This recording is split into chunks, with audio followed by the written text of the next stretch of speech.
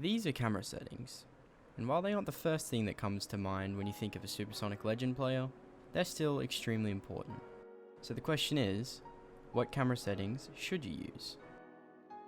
Camera settings consist of 7 different settings that you can adjust around your car to give yourself different angles. Admittedly, there's a lot of preference involved, but funnily enough, everyone always ends up around the same place.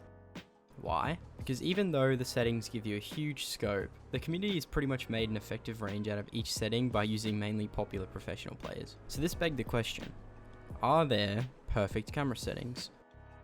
Yes and no. Because of the whole preference thing, it's impossible to call a certain preset of settings perfect, but what I'm going to show you is technically as close as you can get, and I guess you could consider them perfect fundamental camera settings. Meaning if you're new or you're in need of some camera settings, try these out. A little disclaimer, if you're going to try these out, mess around with the settings a little bit and find out what you like, because then you can actually make them the perfect camera settings for you. Anyway, without further ado, let me show you how I found the perfect fundamental camera settings for competitive Rocket League. Many of you have probably seen a strategy similar to this on YouTube on other games like Valorant. Basically, I use Liquipedia to get every single Rocket League Pro's camera settings.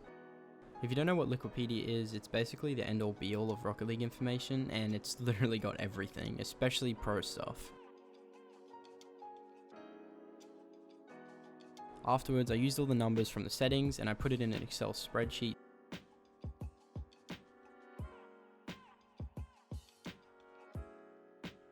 giving me the average value of each setting used between all Rocket League professionals.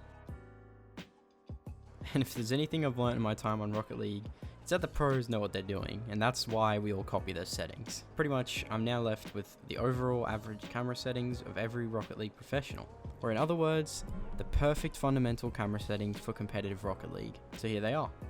I'd definitely say you should mess around with each of the settings because at the end of the day, to make fully perfect camera settings, you need to adjust them to your preference. There was also a slight problem with the FOV average, which made it impossible for the number to average at 110, even though most pros use that. So yeah, definitely mess around with the settings a tiny bit. And if you did enjoy the video or this helped you out, then please leave a like or subscribe. I really do appreciate it, and thanks for watching. See you next time.